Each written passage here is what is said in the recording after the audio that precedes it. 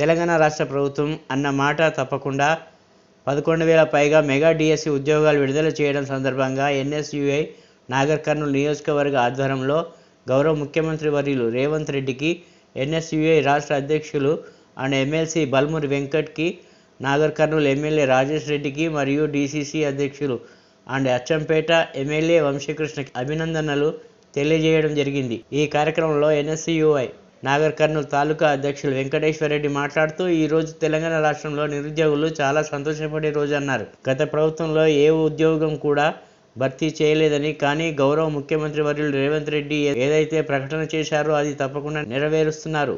Venkateswara Reddy, NSUI Nagar Kurnool జిల్లా నాగర్ కర్నూల్ తాలూకా అధ్యక్షుడిని. గత ప్రభుత్వం 10 ఏళ్ల పాలనలో విడుదల చేయని డిఎస్సి కొత్త ప్రభుత్వం ఏర్పడిన తర్వాత కాంగ్రెస్ ప్రభుత్వం ఏర్పడిన తర్వాత ఓన్లీ 3 నెలల్లోనే మెగా డిఎస్సి 11,062 పోస్టులతో మెగా డిఎస్సి అనేది విడుదల చేయడం జరిగింది. కాబట్టి ఈ సందర్భంగా డిఎస్సి అభ్యర్థులతో ఈరోజు నాగర్ కర్నూల్ జిల్లా కేంద్రంలో నాగర్ కర్నూల్ జిల్లా కేంద్రంలో సమావేశం ఏర్పాటు చేయడం జరిగింది.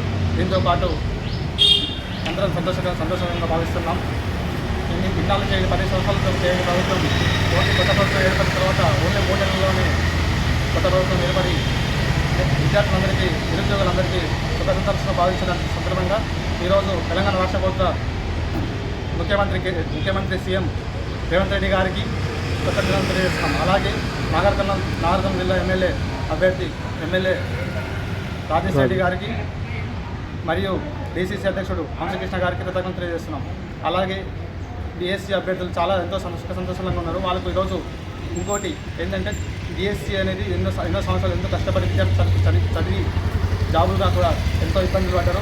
కానీ కొత్త ప్రభుత్వం వచ్చిన తర్వాత మంచి జాబ్స్ వచ్చి మంచి పోస్టులకు అన్నిటి అవగాహన కల్పించి ఉంటుందని చెప్పేసి ఈ సందర్భంగా డిఎస్సి అభ్యర్థులను కోరుకుంటుందని తెలియజేస్తాను.